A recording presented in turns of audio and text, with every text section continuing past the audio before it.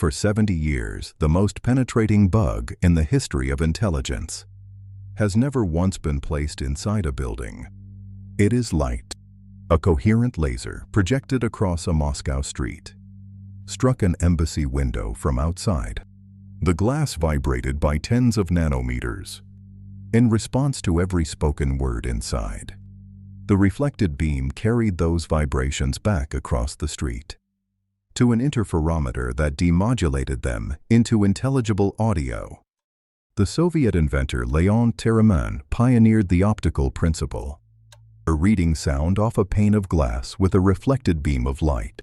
In the years after the Second World War, long before the laser existed. Once the laser arrived, Soviet intelligence turned that principle on Western embassies across Moscow. Every diplomatic conversation, recorded through windows, never touched. The hardware now fits inside a briefcase. Range 500 meters. Cost $50,000. This is File 25, The Light Through the Window. The discovery of THEREMIN'S Great Seal device by American countersurveillance inside the U.S. Embassy in 1951 created a new operational requirement inside Soviet intelligence: the standard approach to covert audio collection. Placing a passive or active listening device physically inside the target building had become harder. The British and Americans were sweeping Western embassies in Moscow more aggressively. Any future device hidden inside an embassy would be found within months. The Soviet KGB needed a fundamentally new technique that did not require any hardware to ever be placed inside the target building. Léon, the Russian inventor who had built the Great Seal device, in a Soviet State Security Sharashka Research Bureau in the mid-1940s, was given the new assignment. He was, by 1952, in his late 60s. He had been working in classified Soviet research bureaus for over a decade. He had access to the most advanced Soviet optical research literature. THEREMIN'S first-generation experiment in 1953 used a high-pressure mercury arc lamp filtered through narrow-band optical filters as a coherent light source. A small mirror represented a window. A piezoelectric transducer mechanically vibrated the mirror, in lockstep with sound waves driven through it. A photodetector at the source measured the reflected light's intensity modulation pattern. The principle worked at 1 meter range with primitive intelligibility. By 1954, THEREMIN had refined the setup. He had replaced the mercury arc lamp with progressively more coherent light sources. He had replaced the simple photodetector with an interferometer that measured phase modulation rather than intensity modulation, providing far better signal-to-noise ratio. He had achieved intelligible audio recovery from a vibrating window pane at 5-meter range with 75% intelligibility. In early 1955, the MGB research director authorized the second phase of the program. The technique would now be engineered to operational range against actual building windows from actual exterior Soviet-controlled vantages, against actual Western embassies in central Moscow. The first laser had not yet been invented. That would not happen until 1960, but the principle was already proven. The hardware would catch up over the next 5 years.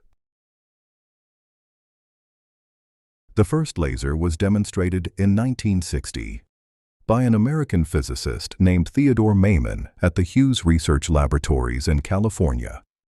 The Soviet Union acquired its own ruby laser capability within approximately 18 months through a combination of independent Soviet physics research and aggressive Soviet acquisition of Western scientific publications.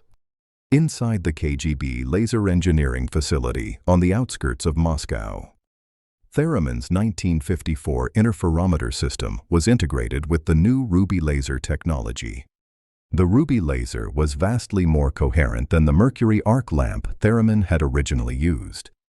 The signal-to-noise ratio of the demodulated audio improved by orders of magnitude.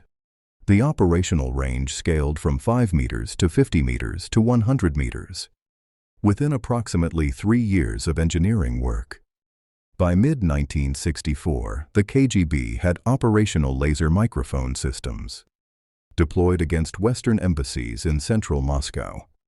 The standard installation pattern was an apartment building across the street from a target embassy, with line of sight to specific embassy office windows. The laser microphone system fit inside a large suitcase. A small KGB operations team could install the system in a Soviet-controlled apartment overnight and have it operational by the following morning.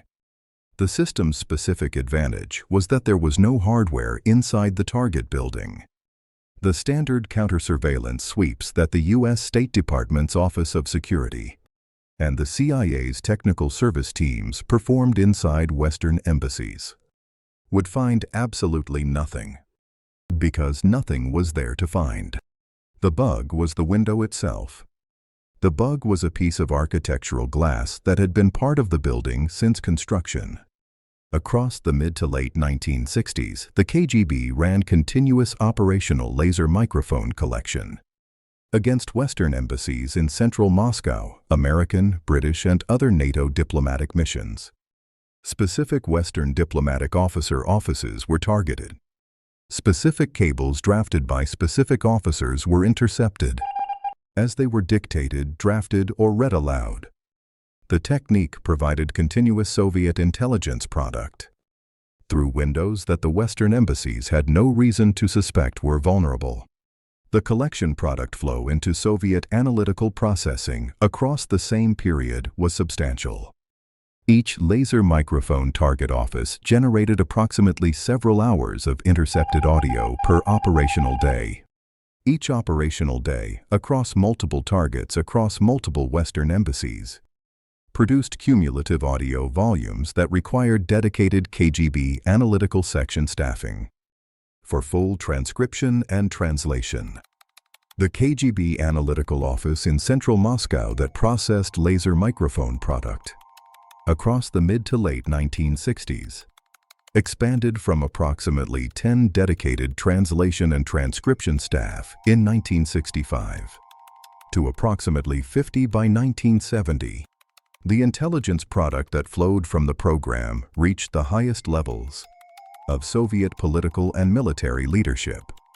The Politburo received daily briefings derived in part from laser microphone intercepts of Western embassy diplomatic discussions.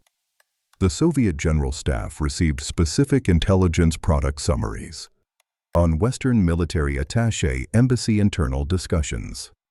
The Soviet Foreign Ministry received specific intelligence product summaries on Western diplomatic policy formulation discussions.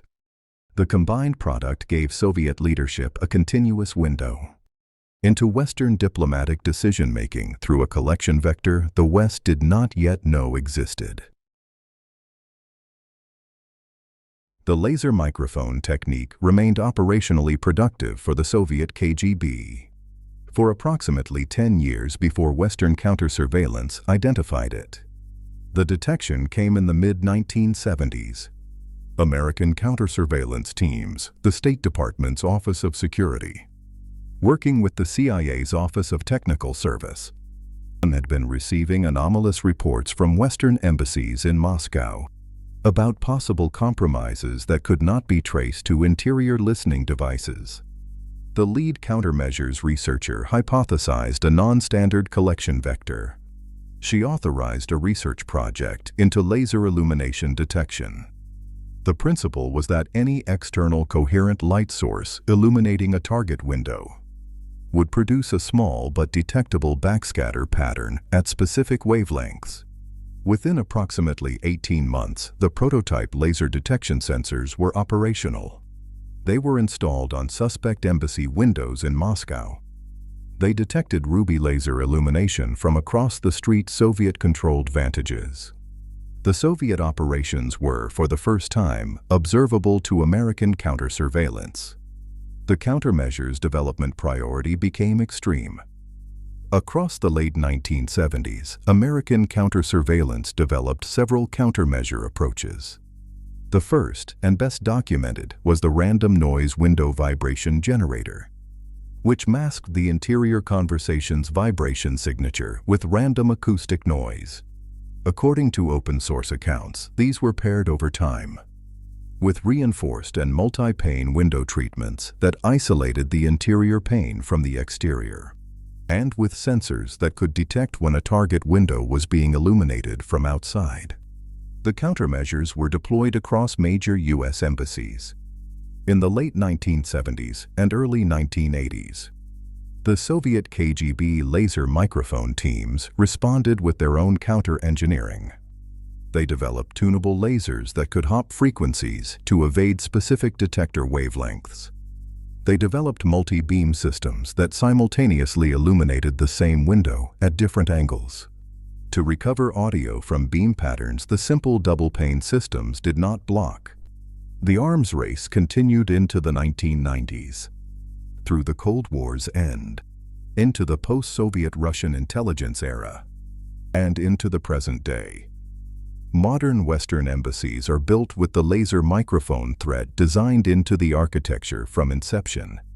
Modern Russian and Chinese laser microphone systems are correspondingly more sophisticated. Than the Ruby Laser Systems THEREMIN'S KGB engineering team built in 1962. The window remains the bug. The laser microphone technique in 2025 is dramatically more capable than the Ruby Laser Systems THEREMIN'S KGB engineering team built in 1962. A modern compact laser microphone system fits inside a briefcase. The hardware uses a tunable wavelength laser that can hop across multiple operating wavelengths within a fraction of a second. The interferometer uses adaptive optics phase compensation that corrects for atmospheric turbulence between the source and the target window. The operational range, in clear atmospheric conditions, extends to several hundred meters. The system can be deployed from a parked van on a public street, from a hotel room at a known elevation across the street from a target building, from a drone hovering at a specific altitude, or from any vantage with line of sight to the target window. The cost of a commercial modern laser microphone system is approximately $50,000 United States dollars. The cost of a custom-built nation-state laser microphone system is dramatically less, because the components are individually inexpensive, and the engineering is well understood after 60 years of operational deployment. The expanding target surface is the operationally significant change since 1965. The target list is no longer limited to Western embassies. Any modern corporate boardroom with a floor-to-ceiling window. Any law firm conference room with a view of a public street. Any government office building with glass-fronted exteriors. Any hospital records management office. Any university research lab. Any financial services trading floor. Any room with a glass window facing a publicly accessible exterior vantage is, in principle, recordable from outside the building, without any hardware ever being placed inside. The countermeasures landscape has matured correspondingly. Modern double-pane window assemblies with built-in random noise vibration generators. Active laser detection mesh networks integrated into building management systems. Adaptive noise injectors that respond to detected illumination by ramping up the masking signal. Anti-vibration acoustic baffles for high-security boardrooms. The countermeasures only work if the architecture is designed around the threat from inception. Retrofit countermeasures into existing glass-fronted commercial buildings is expensive, often impossible without extensive structural modification. Most commercial buildings in most countries have no laser microphone countermeasures of any kind. The expanding range of viable platforms has made the operational footprint smaller every year. The original Ruby Laser Systems THEREMIN'S KGB engineering team deployed in 1962 required an apartment across the street, a fixed optical bench installation, and a small team of trained operators rotating through round-the-clock shifts. The modern equivalent fits inside a backpack. A single operator can deploy the system from a hotel room balcony, from a parked car, from a public observation deck, from a commercial drone hovering at a fixed altitude. In 2023, an academic security research team at a major American university demonstrated a low-cost laser microphone variant, constructed entirely from commercial off-the-shelf optical components. A command a tunable laser diode module, a photodetector, a software-defined radio backend running on a standard laptop. Total parts cost approximately $3,000. Operational range against an interior glass window from a nearby office tower, approximately 150 meters with intelligible audio recovery. The technique that 1962 required a national intelligence service to deploy is now operationally accessible to any well-resourced corporate espionage operator, organized crime syndicate, or freelance investigative journalist. The proliferation of the technique below the threshold of nation-state intelligence services is the operationally significant change of the modern era. THEREMIN'S original work targeted Western embassies. The modern descendants target every glass-fronted building in every major city in every developed nation on Earth. The window remains the bug. The laser microphone demonstrated a theorem of intelligence collection that has only become more dangerous in the 8 decades since THEREMIN first read sound off a pane of glass. A listening device does not need to be inside the target building. A listening device does not need to be inside any building. A listening device only needs an unobstructed line of sight to any reflective surface that is acoustically coupled to the room's interior conversation. The window is the diaphragm. The window has always been the diaphragm. The technology to read it from outside has matured continuously across 8 decades of optical engineering. The defense is architectural. A building that has been designed around the laser microphone threat. Random noise window vibration generators integrated into double-pane assemblies. Active laser detection mesh networks in the building management system. Adaptive noise injectors responding to detected illumination. Is significantly harder to laser monitor. A building that has not been designed around the laser microphone threat, of which is most modern commercial buildings in most countries, has effectively no defense. The proliferation of the technique to the commercial espionage operational tier is the operationally significant change of the modern decade. Corporate boardroom conversations about merger negotiations, acquisition pricing, executive compensation discussions, and strategic direction debates are now in principle recordable from outside the corporate building by an operator with $3,000 of commercial off-the-shelf optical hardware and a parked car across the street. Insider trading relevant material non-public information has, by every available open-source security research assessment, become operationally accessible to commercial espionage operators at a scale that the original THEREMIN-era Western embassy targets never imagined. The session is logged. The connection is closed. The files remain open. Every glass-fronted commercial building on this planet, every corporate boardroom with a view, every law firm conference room, every government office building, every hospital records management facility, every university research lab. Each of those windows is, in principle, reflectively recordable from any exterior vantage with line of sight. The hardware fits inside a briefcase.